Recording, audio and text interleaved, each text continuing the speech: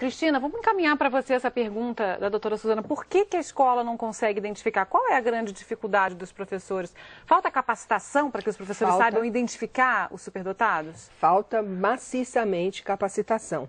Além disso, existe uma série de preconceitos que a gente encontra com relação a essa população. O principal deles é, o superdotado em inglês é gifted, né? Quer dizer, é alguém que já tem um dom e que já foi beneficiado com alguma coisa. Então a gente não precisa prestar atenção nele, ele já tem alguma coisa a mais, vai se desenvolver por conta própria, né? E a outra questão que existe, né, é o seguinte, a criança habilidosa, ela intimida um pouco os adultos, né? Intimida um pouco os pais, intimida os professores, no sentido de que o professor pensa que ele vai perder a autoridade.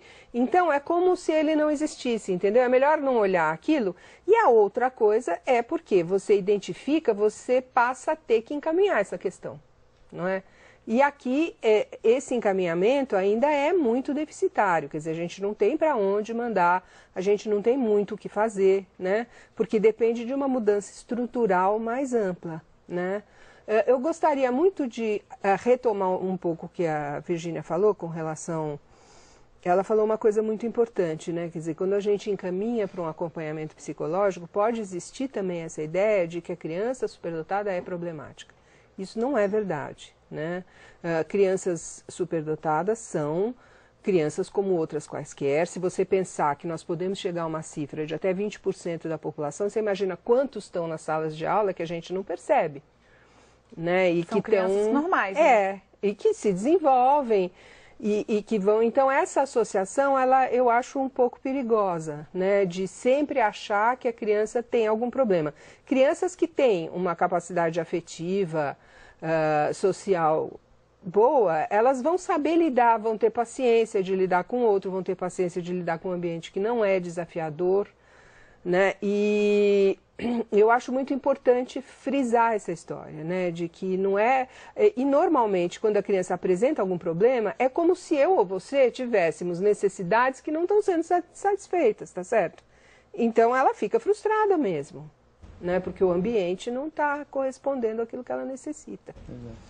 Bom, doutora, são várias faces, né, vários setores aí que envolvem e exigem, né, a atenção de todas aquelas pessoas que estão ali perto de uma criança que tem essas habilidades. Claro que suscitam várias dúvidas, né? Então, você, assinante, que quiser fazer alguma pergunta, vamos aproveitar essa discussão, a presença dos nossos especialistas. O endereço é g1.com.br/globonews. Bom, doutora Virgínia, também lá em São Paulo abordamos um aspecto bastante importante agora, que é a relação na sala de aula, né? Porque o gift, às vezes o professor não dá muita atenção, mas os próprios coleguinhas acabam colocando apelidos. Aí o superdotado, essa criança que tem mais habilidade, vira CDF, geninho, ou então algum tipo de apelido que não o agrada muito, e ele acaba se prejudicando para se enquadrar o grupo, principalmente na medida que vai crescendo e essa exigência de se enquadrar na pré-adolescência, por exemplo, fica maior. E aí? Bom, a gente realmente observa que existe um estereótipo do superdotado como sendo nerd, né? Aquele menino que usa óculos, franzino, que fica quietinho no cantinho da sala. E o que a gente percebe que é, na realidade, o superdotado, ele pode apresentar qualquer perfil. Ele pode ser do mais bagunceiro ao braço direito do professor, ele pode ser do mais tímido ao mais extrovertido, né? Então, o que o profissional da educação tem que ter atenção é para qual é a demanda que aquele aluno está apresentando, aquela criança está apresentando, porque se ele é bagunceiro, o que está havendo dentro da sala de aula para que ele não esteja se interessando pelo conteúdo programático, né? E se está havendo algum tipo de tédio, algum tipo de monotonia para essa criança, então o que a gente pode pensar em oferecer a mais para essa criança? Se ele é o braço direito do professor, então chama ele para ser monitor, para ajudar os seus colegas, para montar projetos de pesquisa. Se ele entende muito bem de um assunto, ele pode um dia ministrar uma aula sobre esse assunto. Tudo isso são medidas que visam desenvolver esse potencial, né? Pois é, em relação a isso eu queria falar com a doutora Suzana lá em São Carlos. Professora, essa questão de diferenciar, né, como a Virginia está falando aqui, o superdotado de uma criança hiperativa ou desinteressada, acho que esse parece que é o principal problema dos professores e também dos pais, né? Como diagnosticar? Existem testes para que se identifique quando a criança tem uma habilidade especial e quando ela tem um déficit de atenção ou quando ela tem uma hiperatividade que precisa ser tratada de uma outra maneira? Eu acho que tem que ver uma questão que é muito importante. A hiperatividade, o índice de hiperatividade é muito pequeno. Então, não começa pensando que essa criança é hiperativa. Começa observando os comportamentos dela. Existem, sim, instrumentos para fazer essa avaliação.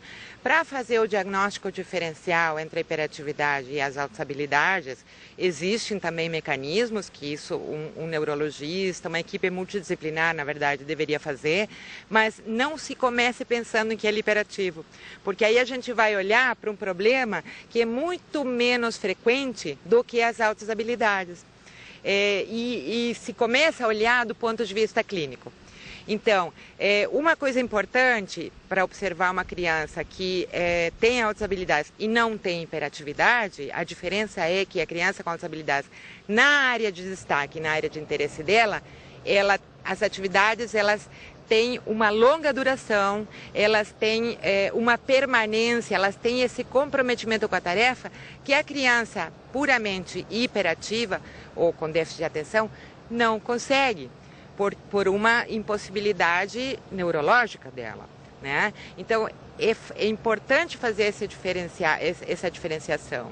E uma outra questão importante é que essa criança, pela nossa legislação, a criança com altas habilidades, ela tem que receber um atendimento extracurricular em sala de recurso multifuncional, quando a escola tiver, num núcleo de atividades de altas habilidades, nas capitais. Essa criança tem que ser atendida, porque ela é uma criança com necessidades educacionais especiais. Então, ela tem esse direito preservado na legislação. Essa avaliação ela pode ser feita tanto no núcleo, tanto com profissionais particulares, quanto na sala de recursos multifuncionais. Agora, para isso é necessário que o professor tenha essa formação, que por enquanto ela está sendo feita de forma muito pontual e muito por iniciativa das secretarias municipais ou estaduais. Mas ainda não temos, em nível federal, uma formação que garanta que esse professor esteja capacitado para atender esse aluno e para poder identificar principalmente, né? Porque a diferença, por exemplo, da deficiência, o aluno com altas habilidades não tem um selinho na testa que diz eu sou superdotado. Então, quando você enxerga uma pessoa cega, você não precisa identificar essa pessoa. A pessoa com altas habilidades, o aluno com altas habilidades, ele está na sala de aula. São 2 a 3 por sala de aula em qualquer escola. Agora, quantos são identificados? Porque o processo de identificação requer um trabalho de acompanhamento a longo prazo e para isso tem que ter professor formado. Suzana, o que deve fazer então um pai que se depara com um superdotado dentro de casa, uma criança, já que você mesma disse que não há esses núcleos, né, criados pelo Ministério da Educação em todo o Brasil, quer dizer, não há em todos os estados os núcleos de atividades de altas habilidades e superdotação. O que o pai deve fazer? Procurar a escola, buscar um acompanhamento psicológico? É uma dúvida, né? Acompanhamento psicológico só se a criança tiver algum tipo de transtorno psicológico, porque o superdotado, como não é uma patologia nem um transtorno, ele vai precisar de acompanhamento psicológico quando tiver algum transtorno, senão, não. O que ele pode fazer? Ele deve primeiro exigir isso da escola. A gente sabe que isso aí muitas vezes a família diz assim, bom, mas na minha escola não tem, mas a escola é que deve oferecer. E se a gente não começar como sociedade civil a exigir o que está previsto na lei e exigir esse atendimento das escolas, isso não vai acontecer. Então, a escola deve oferecer atendimento diferenciado, seja na sala de aula e também no contraturno, né? Existem as salas de recursos multifuncionais, que elas têm que oferecer esse atendimento, está previsto na legislação, né? Agora, eu acredito que é a força da família, a força de nós profissionais que estamos lutando para que isso aconteça, que vai fazer que realmente o atendimento se concretize. Realmente, nós temos nas capitais apenas os núcleos, mas também existem alguns outros atendimentos, né, como existe no Rio, o IRS, o SMART, o LECA, né, em outras capitais também tem alguns atendimentos que são oferecidos, né, públicos e privados, né, mas somente essa união entre a família e a família sabendo que tem esse direito e reivindicando esse direito é que vai fazer de que o atendimento realmente exista e de que a criança que mora lá numa cidade, que de repente tem que viajar 3 dias de barco para chegar na capital, possa ter esse atendimento.